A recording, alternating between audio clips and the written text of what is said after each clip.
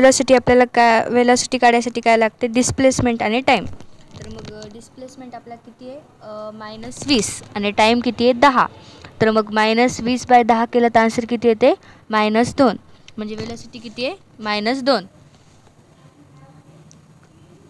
आता या ग्राफमध्ये आधी ग्राफ दिलेला आहे तर आपण रस्ता बनवून घ्यायचा. जेव्हा x = 10 आहे तेव्हा टाईम 0 आहे.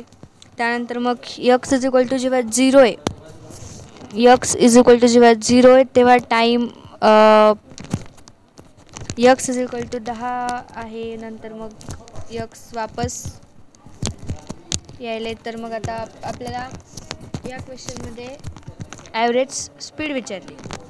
तर मग ॲव्हरेज स्पीड कशी येते तर पहिल्यांदा अंतर किती पार केले 0 पासून A पर्यंत किती पार केले तर 10. नंतर मग A to B किती पार केले 10. B to C किती आहे 10 आणि C to D किती पार केले 10.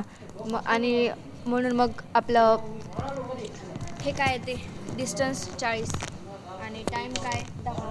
40/10 किती येते 4. आणि इथं पहिल्यांदा स्लोप पॉझिटिव्ह म्हणजे वेलोसिटी पण पॉझिटिव्ह.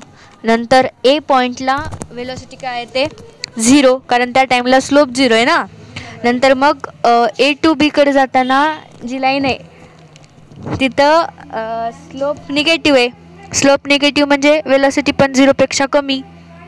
आणि B पॉईंटला वेलोसिटी निगेटिव्ह म्हणजे 0 नाही आहे. आणि B to C कडे जाताना स्लोप निगेटिव्ह म्हणजे वेलोसिटी पण निगेटिव्ह. नंतर मग C पॉईंटला वेलोसिटी किती आहे 0 आणि वेलोसिटी 0पेक्षा जास्त केव्हा आहे तर C पासून D पर्यंत जाताना. तर आणि हे सगळे टोटल टाईम किती आहे 10. मग टोटल आपला डिस्टन्स किती आला होता 40. 40/10 किती येते 4.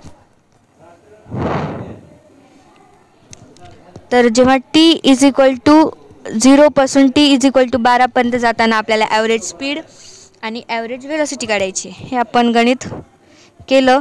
याचा आन्सर काढले आपण.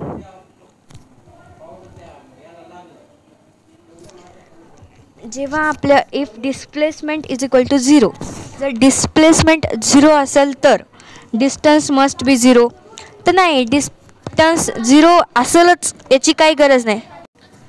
डिस्टन्स 0 असावंच याची काही गरज नाही. जर डायरेक्शन चेंज वगैरे झालेली असेल तर मग डिस्टन्स आणि डिस्प्लेसमेंट वेगळं असणार. डिस्टन्स मे बी 0 म्हणजे डिस्टन्स 0 असू शकते तर हो असू पण शकते ना. Average velocity must be 0.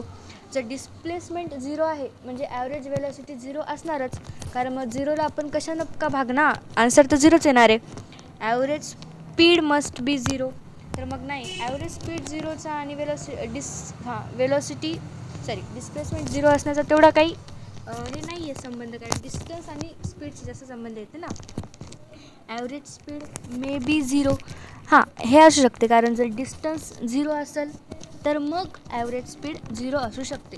May be म्हणजे असू शकते.